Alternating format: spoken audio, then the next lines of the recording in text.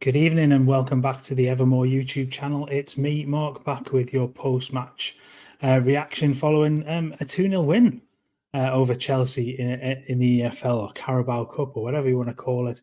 But that was a lot more positive, wasn't it? I think that's a much more, certainly the first half, a much more Newcastle-like performance that we've come to admire over previous times, not recent times, because it's been lacking that. But that was much better. We'll get into this in a second. Thank you all for joining in straight after the game tonight. We are waiting for the draw as well. So if I am still going when the draw is going, we'll go through that live as well. But if you are new to the channel as well, we always say if it is your first time, please drop a sub. If you do enjoy the video as well, if you enjoy the live, please drop a like on it as well. Help the channel grow. We'll get into some of your comments too. But yeah, we'll go through the game. We'll start with the lineup. So 5 changes for Newcastle tonight. Bringing in Anthony Gordon, who returned from injury. Emil Kraft started along with Lloyd Kelly, Joe Willock, and Sean Longstaff was back in the side as well. Just the 11 changes for Chelsea tonight, showing actually what strength and depth they have, despite the result. That they've still got some players there, but a lot of changes. We really expected that, didn't we? And we talked about that on Monday night and what's going on. That I thought Chelsea would change an awful lot of those players, and so it was. And I mean, let's get started. So I mean, as the game starts, I mean, straight into it. Gordon in the first minute of the game, thundering into a challenge on that right hand side. He started on the right. A little bit of a change in style, a little bit of a change in mentality, I think, right from the very beginning, with Gordon on the right, Joe Linton on the left. But I thought that Willock and Longstaff looked like they were playing higher up the pitch, and certainly it showed that straight away with the amount of press, and that aggressive press was back, and the willingness for Newcastle players to get themselves hunting packs to block off passing lanes really high up the pitch and winning the ball back on the edge of the box was wonderful to see, because it's been missing for an awful long time, and it did dip in the second half, and I think we expected that, really, because the 2-0 up, you sort of protecting that. You'd like to see a little bit more of it, but you don't want to get silly, you don't want to over push and run the risk of tiring out when you don't need to, and allow Chelsea to have space that they didn't need. But that initial sort of aggressive nature of Newcastle's play was great to see them back doing that. Second minute of the game, Joe Linton, well, he hits the post. He really should score, shouldn't he, from that cross from Isak. I've seen it back a couple of times, still trying to wrap my head around how he doesn't put that in at the back stick. But it was a real show of intent immediately from Newcastle that they were up for it. They were on the front foot. They're going to create chances. They were going to put Chelsea under massive pressure in it, and they did just that. Having said that, when Chelsea were able to play past the press, when they were able to beat that early, they were able to break and create chances for themselves. I think Gabby Vega had a deflected chance which Willock blocked. They were able to break through. Fabian Schär gets booked again for going to ground far too early. I was about a quarter of a way through the first half where he sort of goes in on Nkunku, and again there's really no need to have gone to ground at that point. But he stepped up and he played very well later on. Put a really good challenge in the second half in the box. And he times that wrong, and that's a penalty and a second yellow card. And he gets that right. A couple of minutes later, Sean Longstaff was booked as well for a late challenge on Dewsbury Hall, which looks a pretty rough one, but it just showed the intent that really Newcastle had. They were going to be aggressive in all phases of the game, and that continued on. Isak's goal, 23rd minute. Newcastle again, high pressing, win the ball back.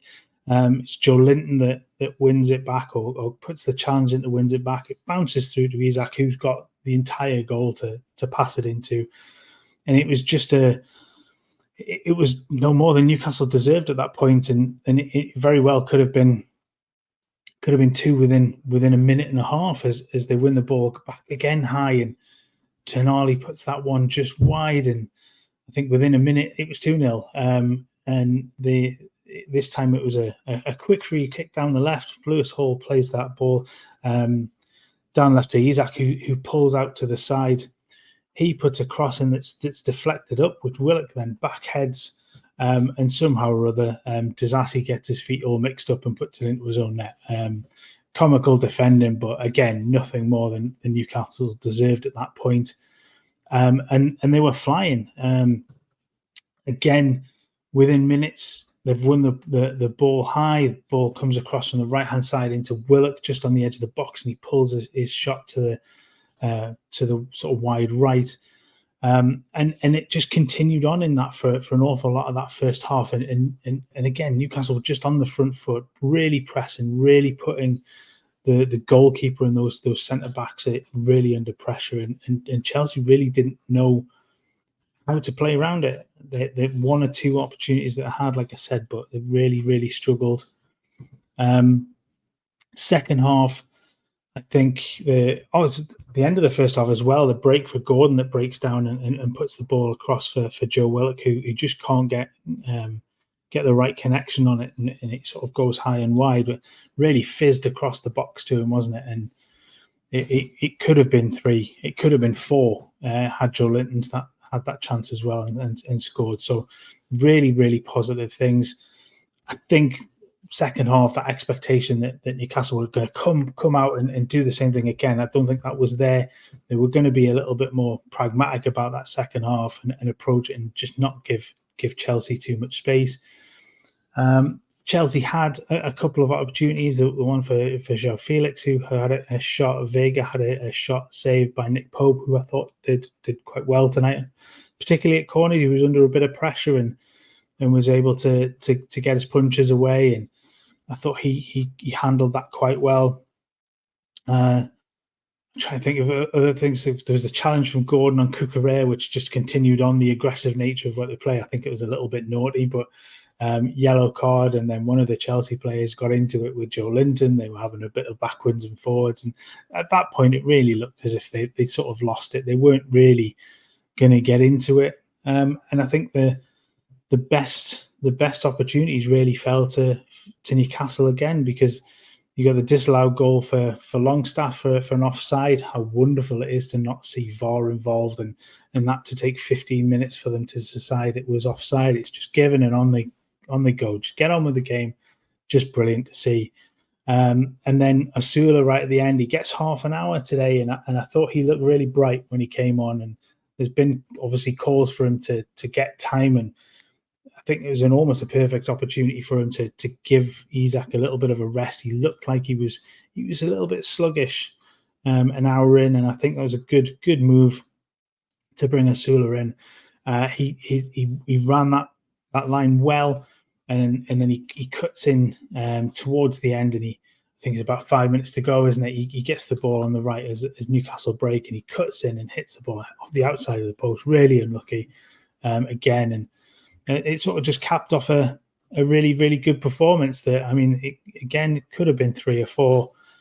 Again, Newcastle could have conceded, but they defended really, really well. They defended that second half, particularly those banks, 4 or 5 at the back when Joe Linton was filling in at right back.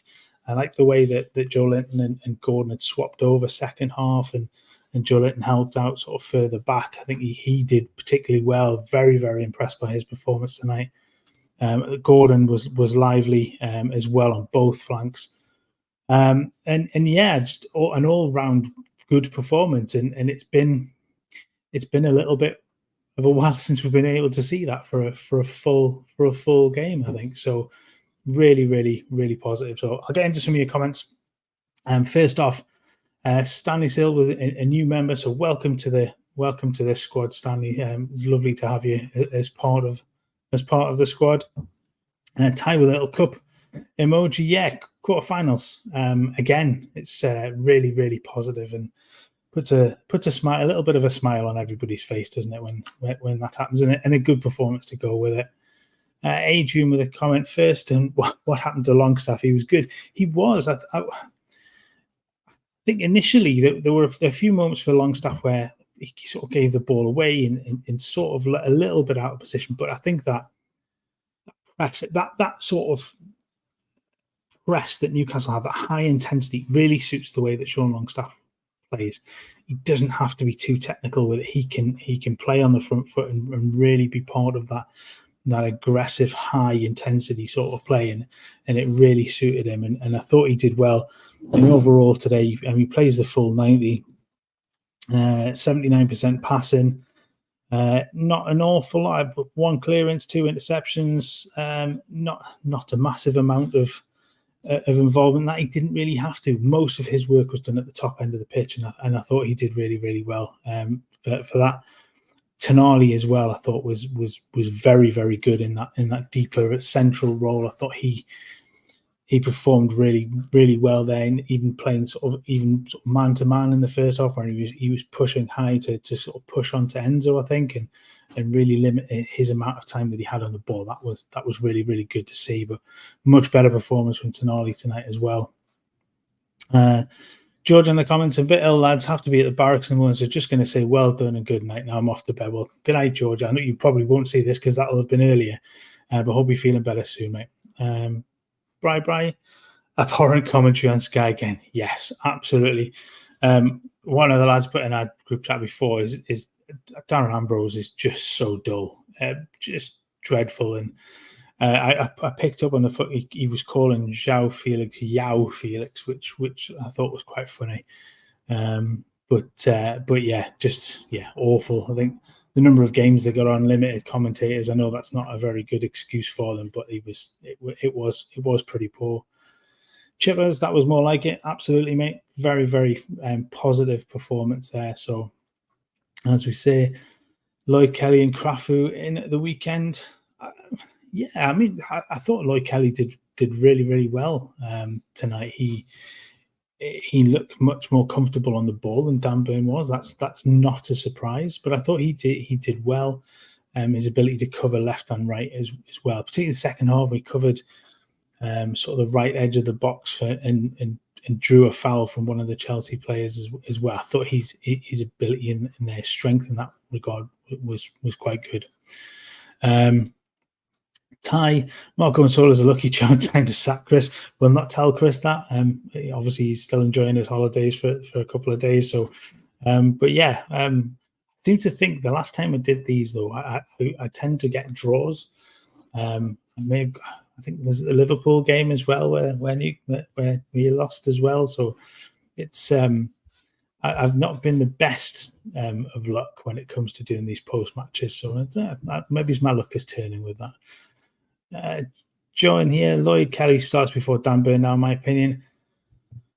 I think Eddie will go back to Dan Burn, but I mean, Lloyd Kelly has done himself no harm in that performance. I thought he was very good. So it gives him options, doesn't it? And we've seen Lloyd Kelly now at centre back instead of playing at left back, and I think he looks much more comfortable there, definitely.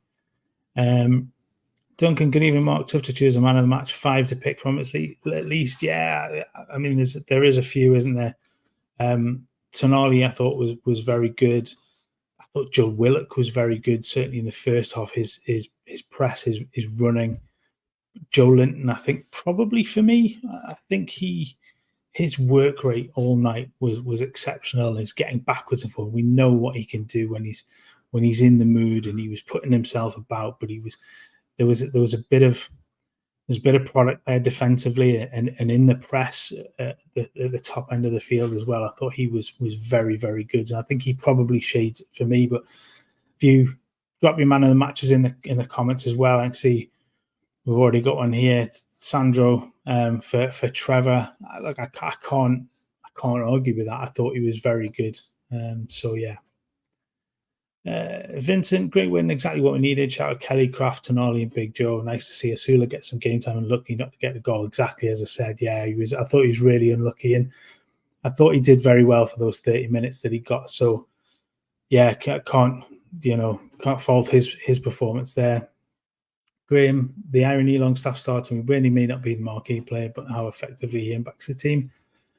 There is an argument for this, and I know he does lack in his technical ability. He really does.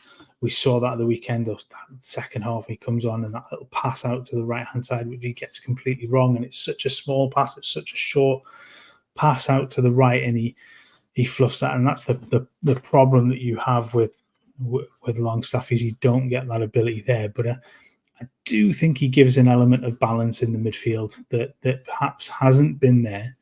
With Joe Linton, Tonali, and Bruno, maybe the argument is there that certainly as a three, as that normal 4-3-3 formation, that Tonali isn't right in that right hand side position.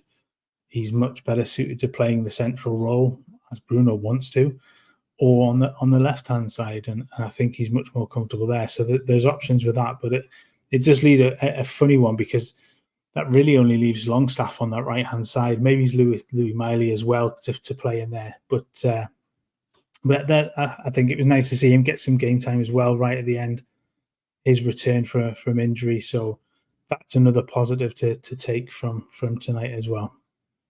Ian Tonali was filthy. Easy. That's the dangerous ground with one of those. But yeah, I thought he was very, very good. And I think an awful lot of the comments are completely agreeing with all of that. So lots of sort of positive for Kraft and Kelly. Centurion again, Kraft and Kelly, good glimpses by Asula again. It's pretty much exactly the same. Green sounds like the pumpkin. Yes, I've done a branded Evermore pumpkin for the background tonight. So it did take me a little bit of a while, and I put some effort into that for you today. So I hope you like it. Brian, hi folks, we needed that, some positive. Well done, the lads. Yeah, absolutely. I think on the back of, it's only really the Wimbledon win, isn't it? That over the last sort of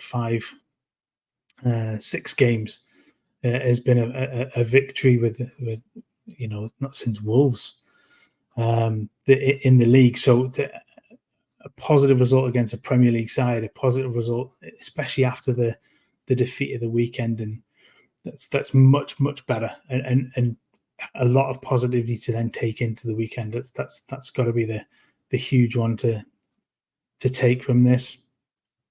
Rabbiting on, Newcastle had all the best chances. We looked like we should have scored more. Yeah, absolutely, it could have been 3 or 4-0. Absolutely. I mean, to hit the post couple of times, the one that's chalked off. I mean, I haven't seen a proper replay of it to see how close that was. It looked tight, but I love the fact that VAR's not involved. I love the fact that you get an instant decision and that's it. Chelsea go off and play it fine. I don't mind that at all. It's nice and quick and final, and it's the way we like it. Just get on with the game. Lovely. More of that, please. Dean there would have loved Asula to score that one at the end. Would have done wonders for him. I think it would have done. Chris has talked an awful lot about the fact that he didn't score at all in the Premier League for Sheffield United last year. So I think that would have done him the world of good. But I think that's a really positive performance for him to come on and be up against decent defenders and look really comfortable up against them. So no, well played for him. Dexter, as Man United always rated Eddie Howe's very good. Hope one day he wins a trophy. I mean, that was one of the things I think that for me, the commentators, just the continued the continued mention of a trophy hunt. Obviously, all fans want to win a trophy, but it's this one line that they'll roll out again and again and again. All Newcastle fans want is a trophy. All they want is a trophy. It's been so long since, and you get so sick of it. And that's I think he'd love nothing more than Eddie Howe to win a trophy with this squad, and that I get that completely. But I just hate the fact that it's the one line that's continually rolled out again and again and again and again, and it sort of showed the measure of the fact that the commentators had nothing to talk about other than that. So yeah, that's that one. Is Howe a cup expert? Why do we do so well in cup games which seem to lack something in the Premier League? Is it to do with the squad? Is it to do? I mean, the teams that are being faced. When you look at it, they make 11 changes for the game tonight, and that suits Newcastle in terms of they only make the 5 themselves, and much more positive. And that 11 for Chelsea's never played as an 11. I'm not sure that setup. So, although obviously they train together day by day, but that in game scenario, were they as up for it as maybe as Newcastle would? They're obviously gunning for top 4. That's probably their biggest aim on European competitions. So maybe not, but that's not to take away from the performance of Newcastle tonight, because I thought particularly that first 45 minutes. They looked back to their intense best, winning the number of times that they won the ball on the edge of the box or just outside the box, and Chelsea looked shell-shocked by it because I don't think they really expected it. Not that high, not that quickly, and not that early in the game either. So yeah. Trevor Glad, I think AJ was purposely rested for tonight. Get in, lads. Well, I think his pace really could have been useful at the weekend. I'm not entirely sure on that one. I think genuine injury, but his pace would have been really good. Getting in from that left hand side at times, Barnes doesn't have that kick, does he? He doesn't have that level of pace, and he's really useful for Gordon, especially when he's up for it, and he looked really, really up for it tonight. Uncle Buzzcocks, Tonali, man of the match for sure. Yeah, again, I can't really disagree with that. There were a few that you could argue were man of the match tonight. I'll say again, mine was Joe Linton, because I just thought he did an awful lot tonight right across the field. So he still gets my vote. I'm not taking that away from him just yet. Terry, you're taking away 75% of Gordon's effectiveness playing on the right. He just doesn't look happy. Yeah, I get that. I think he's much better when he's driving in from the left. He's getting it on his right foot, cutting in.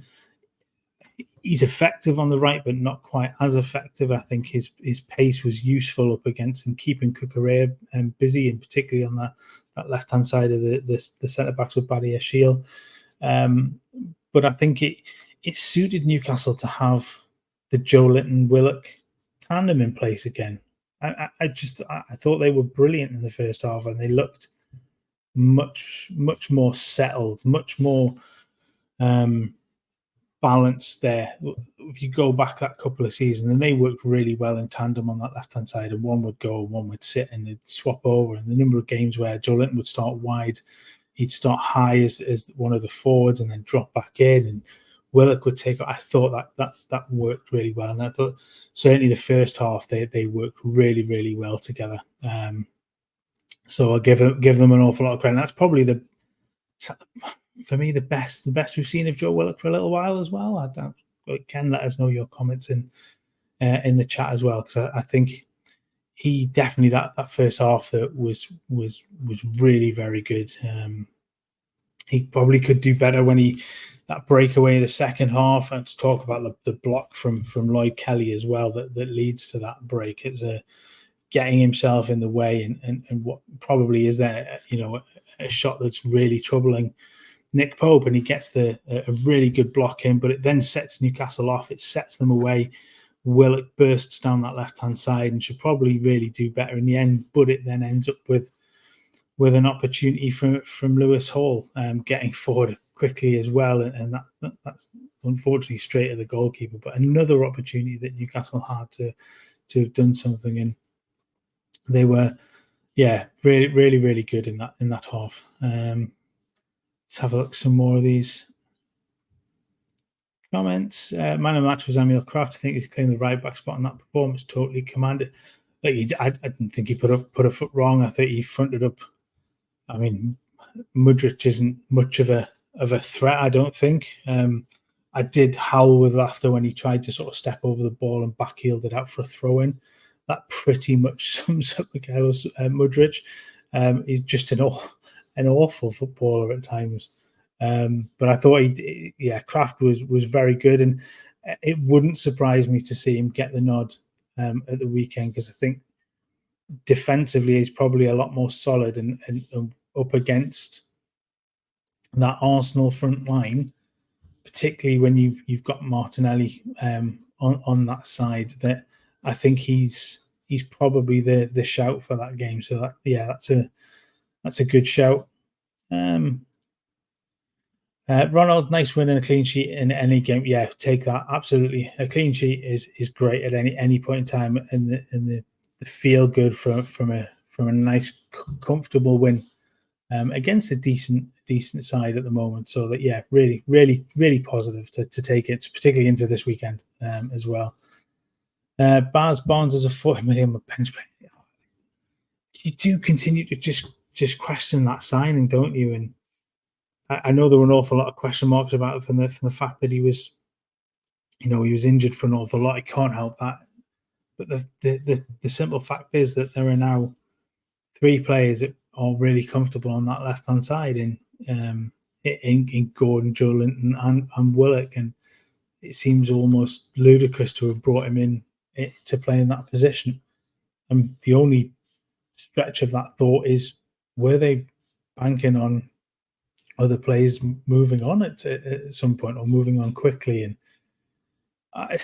it's certainly, when you, with the benefit of hindsight, it's definitely feels more odd, because you don't really think he's going to get ahead of Gordon. As I comment before, I think you lose. I think it was Terry. You lose an awful lot of Gordon's effectiveness from the right hand side. If he wants to be down the left, he's much better suited to be playing there.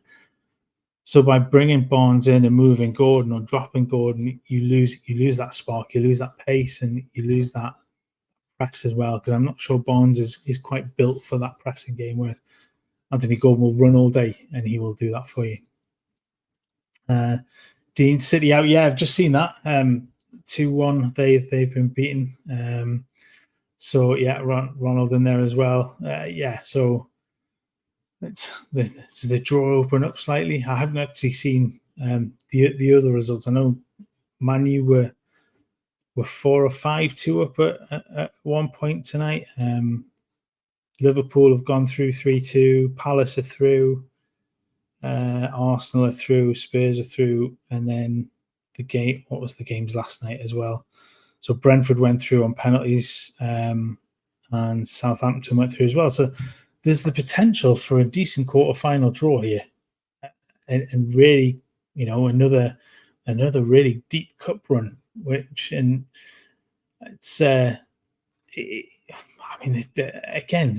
springs of positivity that could come from this, run into another cup final. I'm not going to put the kibosh on it, because you can see an Arsenal draw coming out of it. So apologies if that does happen, and I've mentioned it now, so you know that it will.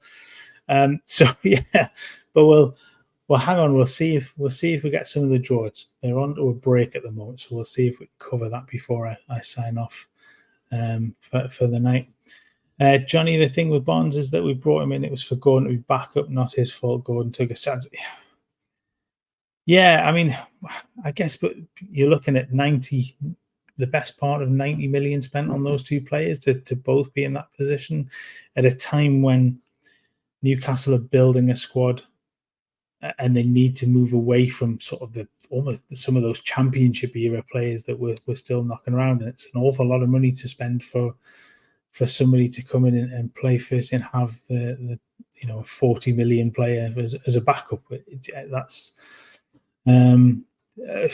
it does baffle a little bit. Chris is in the comments. So bonjour, great result, much needed, cracking host on tonight. I don't know who he's on about. But nice to see you, Chris. I hope you're enjoying your holidays. What are you doing in the chat? Get yourself away. Enjoy the rest of your holidays, mate.